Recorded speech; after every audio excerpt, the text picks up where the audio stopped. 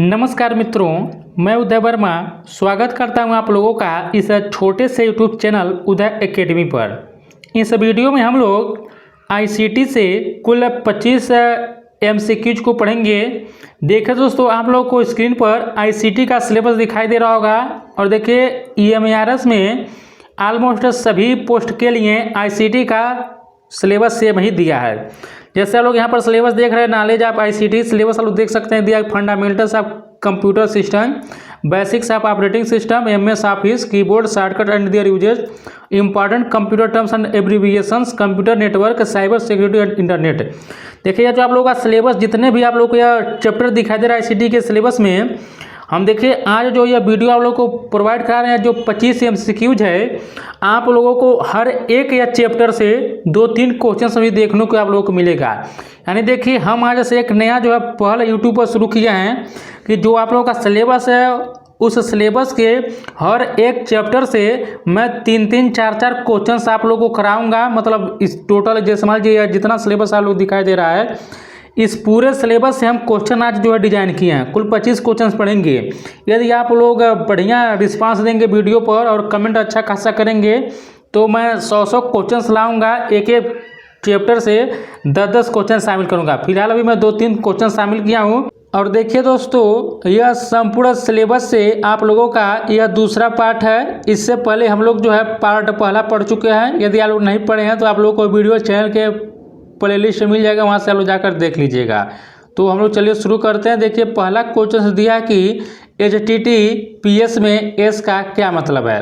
देखिए यह क्वेश्चन हम पहले भी डिस्कस कर चुके हैं। देखिए इस क्वेश्चन को मैं इसलिए बार बार लेता हूं क्योंकि यह एग्जाम की दृष्टि से बहुत ही इंपॉर्टेंट है। और पिछली बार जब एग्जाम हुआ तो देखिए यही क्वेश्चन सेम जीएस में भी पूछा गया था और उसके बाद टीजीटी में भी यही क्वेश्चन पूछा गया था।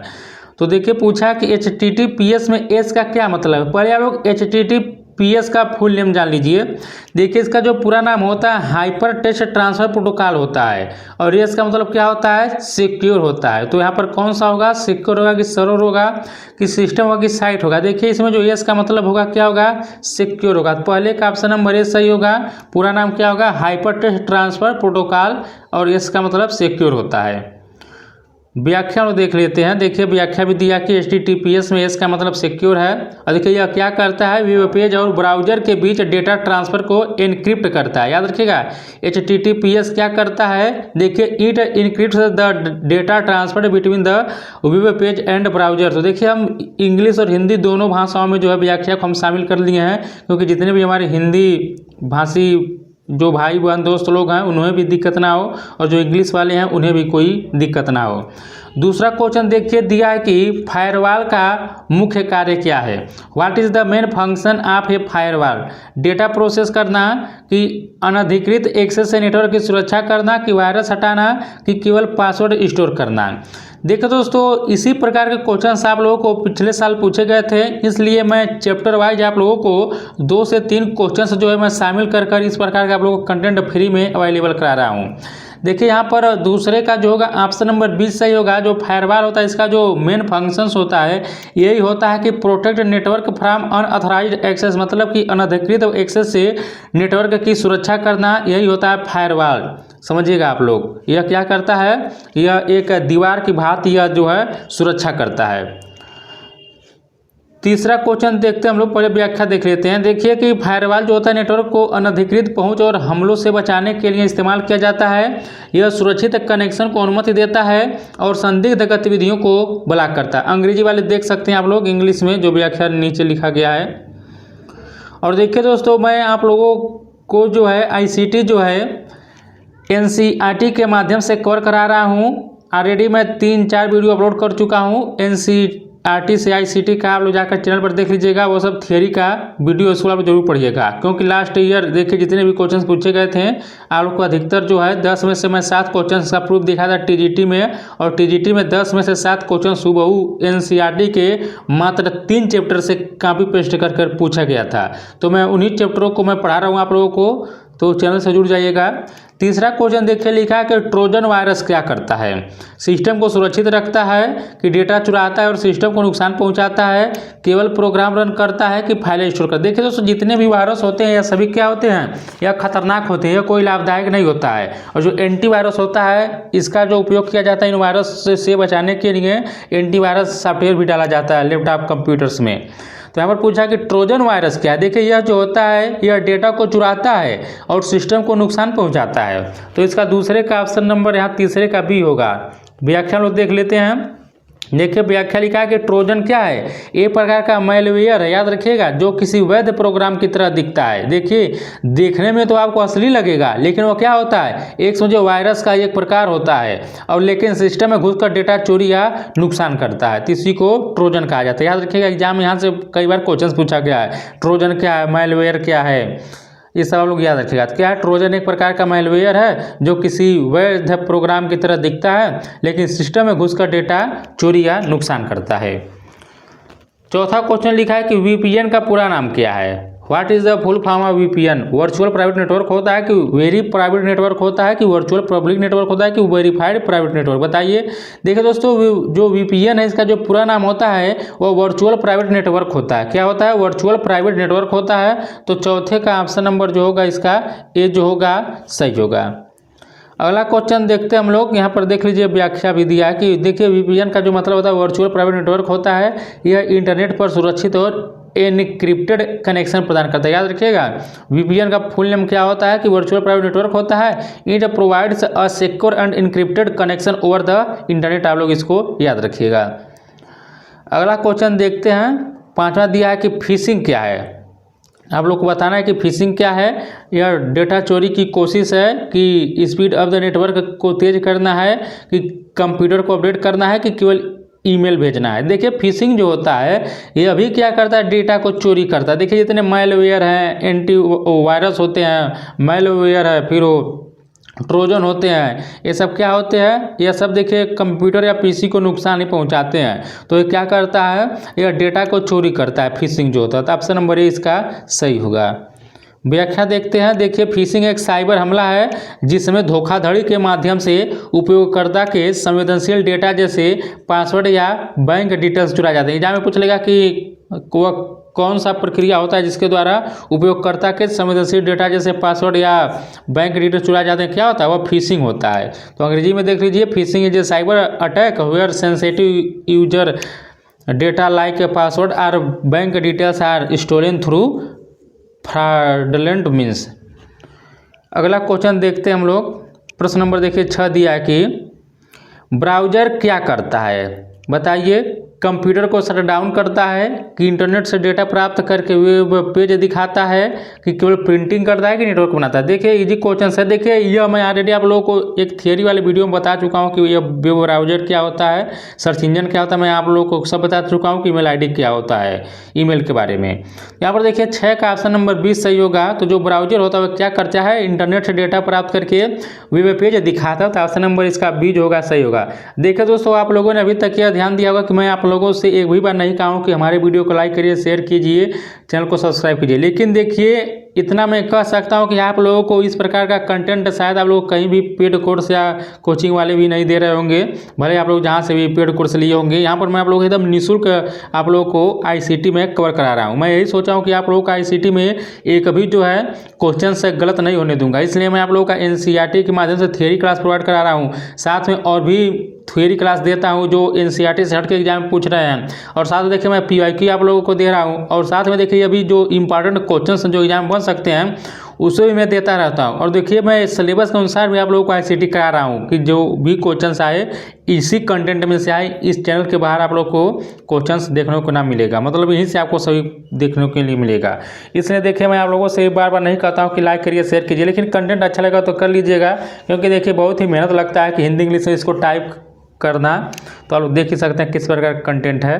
व्याख्या देख लेते हैं। देखिए लिखा कि वेब ब्राउज़र जो होता है इंटरनेट से डेटा प्राप्त करता है और उसे वेब पेज के रूप में उपयोगकर्ता को दिखाता है। आप लोग इसको याद रखिए। ये ब्राउज़र क्या करता है, data from the internet and displays it as a web page to the users. अगला क्वेश्चन देखिए लिखा कि यूआरएल में डोमेन नेम क्या दर्शाता है।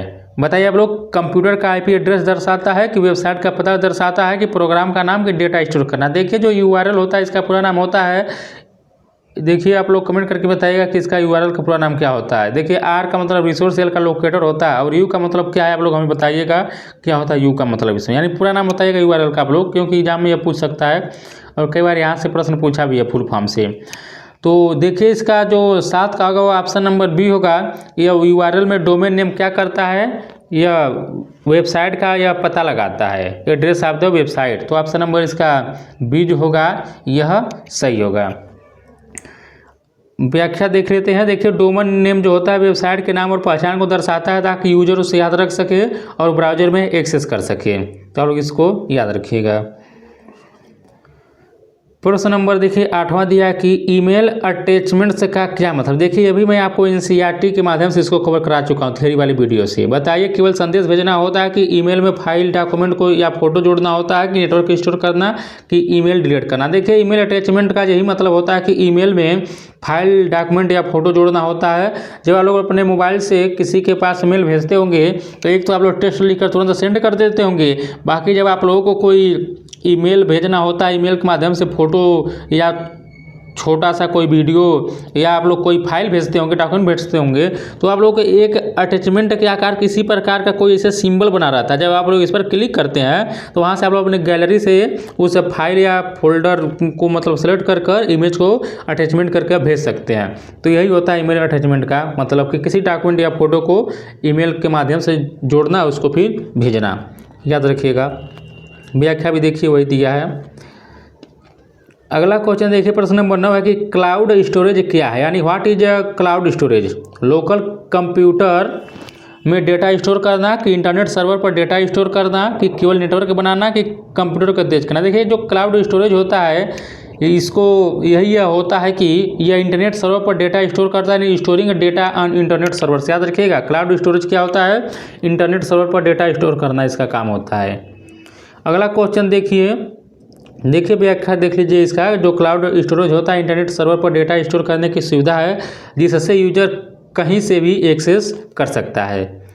अगला क्वेश्चन देखिए प्रश्न नंबर 10 है कि यूआरएल में HTTP का क्या मतलब है। अब देखिए इसका अभी हम फुल फॉर्म को बता चुके हैं। यूआरएल में जो HTTP होता है इसका नाम होता है हाइपर टेक्स्ट ट्रांसफर प्रोटोकॉल होता है। और देखिए जिस वेबसाइट में यूआरएल में यस नहीं होता है वो समझिए वो वेबसाइट जो है सुरक्षित नहीं होता है। जिसमें आप लोग HTTPS इस प्रकार दिखाई दे, HTTPS फिर स्लैश फिर आगे वेबसाइट का नाम हो, समझिए वही सिक्योर वेबसाइट है, भी आप लोग याद रखिएगा। अगला क्वेश्चन देखते हैं हम लोग। देखिए जो HTTP का मतलब है हाइपर टेक्स्ट ट्रांसफर प्रोटोकॉल है, यह ब्राउजर और सर्वर के बीच वेब पेज डेटा ट्रांसफर करने के लिए प्रयोग होता है। प्रश्न नंबर देखिए 11 दिया कि VPN क्यों उपयोग किया जाता है। Why is VPN used. Network तेज करने के लिए कि इंटरनेट पर सुरक्षित कनेक्शन बनाने के लिए कि कंप्यूटर को स्टार्ट करने के लिए कि डेटा स्टोर करने के लिए। देखिए आप लोग हमें देखिए इसका तो हम पुराना आपको पहले बता चुके हैं फुल फॉर्म। क्वेश्चन 11 का देखिए ऑप्शन नंबर बी होगा। इंटरनेट पर सुरक्षित कनेक्शन बनाने के लिए VPN का उपयोग किया जाता है, तो इसका ऑप्शन नंबर बी सही होगा। देखिए दोस्तों यदि आप लोगों को टाइम बचाना है तो आप लोग क्या करिएगा, अब यह जो वीडियो इसको 2x कर लीजिएगा, लेकिन 2x पर देखने के बाद फिर आप लोग एक बार और इसको देख लीजिएगा 2x कर, क्योंकि जब आप लोग 2 बार देख लेंगे तो ऑलरेडी एक एक क्वेश्चन आप लोग के दिमाग में फिट हो जाएगा।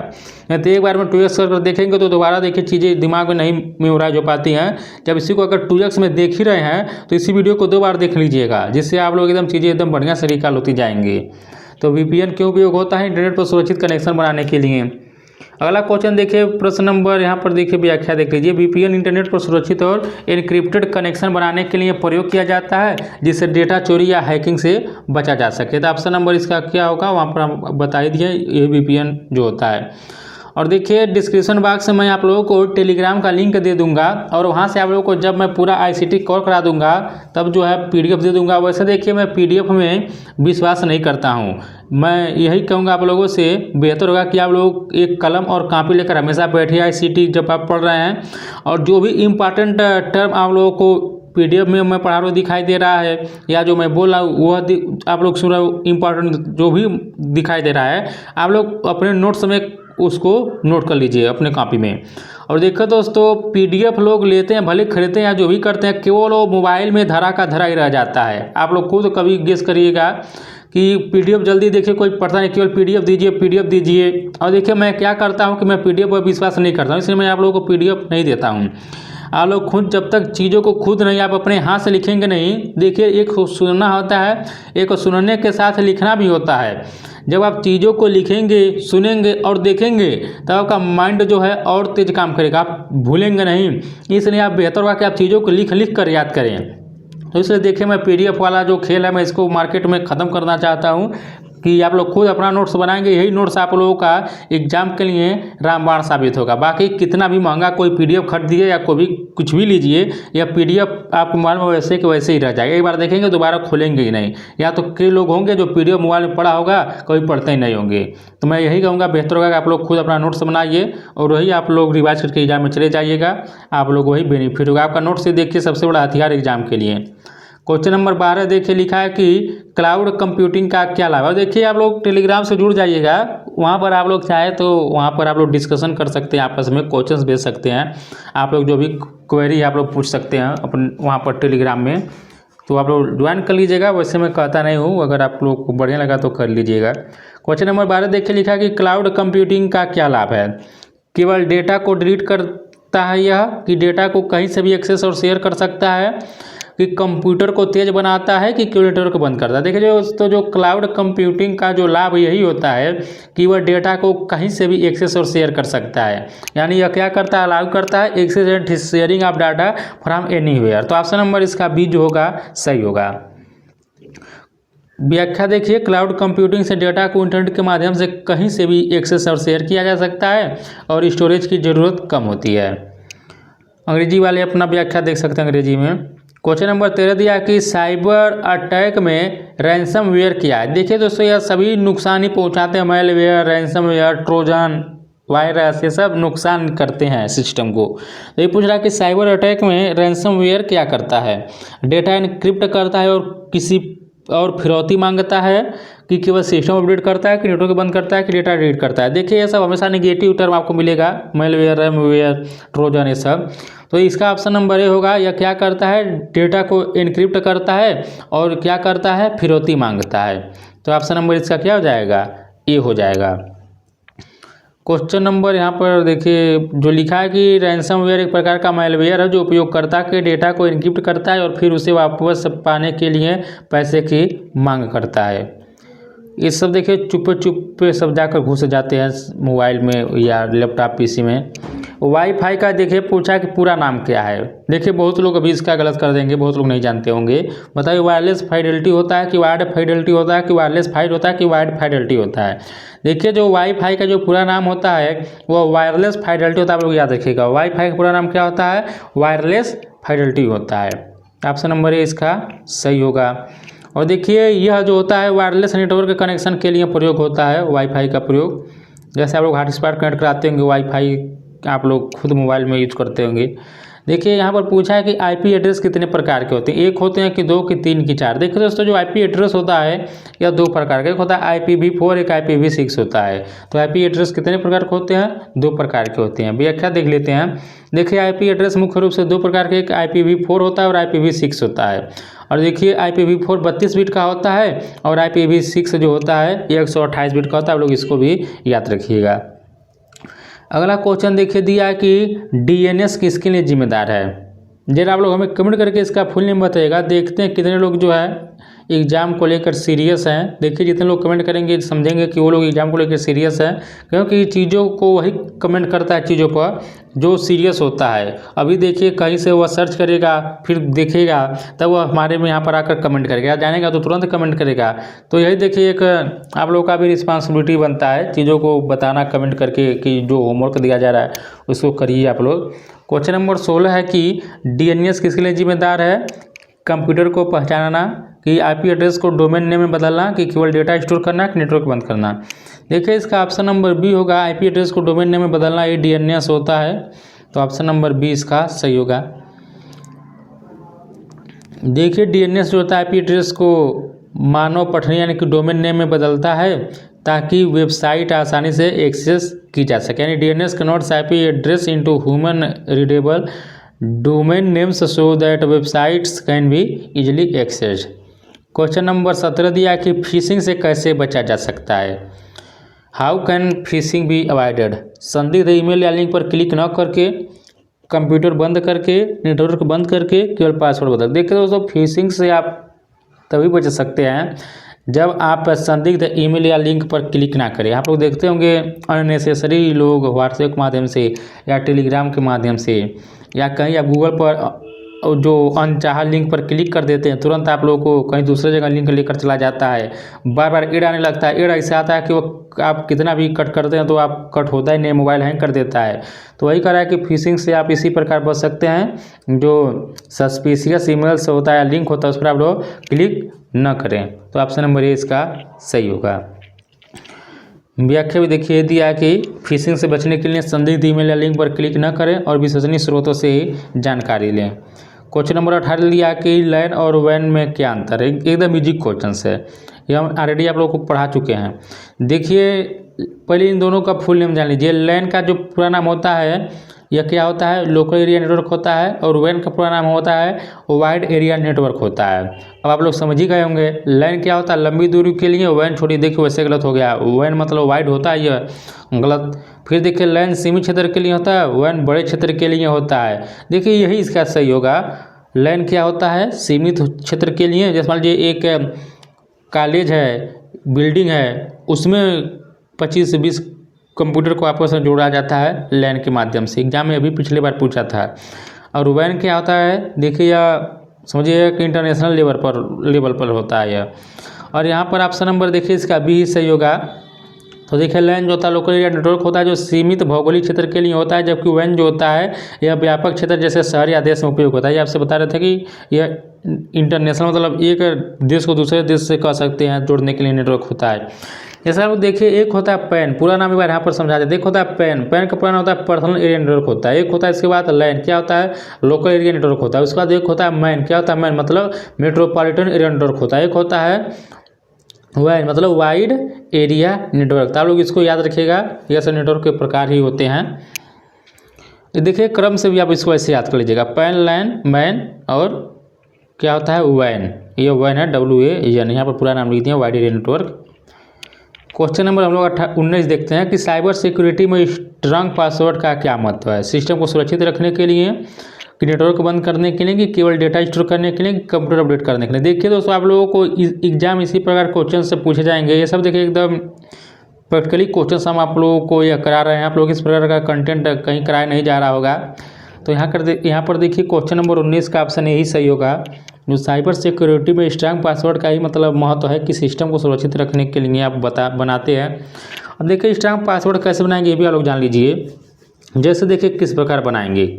मान लीजिए आपका नाम यू से हो, तो बनाना तो आप पहले आप कैपिटल यू लिख सकते हैं, स्मॉल यू लिख सकते हैं, आप इसमें @ लिख सकते हैं स्ट्रांग आप, फिर 1 लिख सकते हैं, 2 लिख सकते हैं, फिर बीच में आप चाहें तो हैज भी लिख सकते हैं, क्या हैज मार सकते हैं।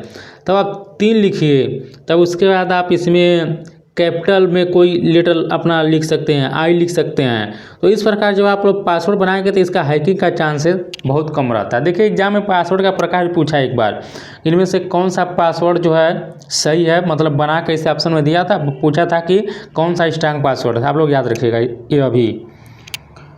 और देखिए दोस्तों मैं आपसे यही कहूँगा कि यदि आपको कंटेंट अच्छा लग रहा है तो लाइक ज़रूर कर दीजिएगा, चैनल से जुड़ भी जाइएगा।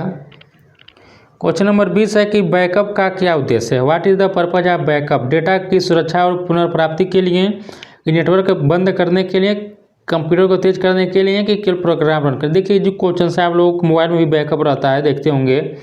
तो इसका ऑप्शन नंबर जो है यही सही होगा। बैकअप का जो उद्देश्य होता है कि to secure and recover data की सुरक्षा और पुनर्प्राप्ति के लिए इसका प्रयोग किया जाता है। तो ऑप्शन नंबर ए जो होगा सही होगा। क्वेश्चन नंबर यहाँ पर देखिए क्या लिखा है कि बैकअप जो होता है डेटा की सुरक्षा और किसी दुर्घटना या हानि की स्थिति में उसे पुनर्प्राप्त करने के लिए लिया जाता है।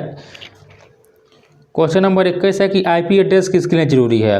Why is an IP address necessary. Network में डिवाइस की पहचान के लिए, कि डेटा स्टोर करने के लिए, कि नेटवर्क बंद करने के लिए, कि कंप्यूटर स्टार्ट करने के लिए। देखिए दोस्तों जो IP एड्रेस होता है यह क्या करता है, यह नेटवर्क में डिवाइस की पहचान के लिए इसका काम होता है, यानी to identify a device in the network.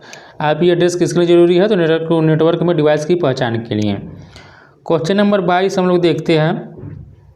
देखिए व्याख्या दिया कि आईपी एड्रेस पर हर डिवाइस नेटवर्क में पहचान करता है ताकि डेटा सही डिवाइस पर भेजा जा सके।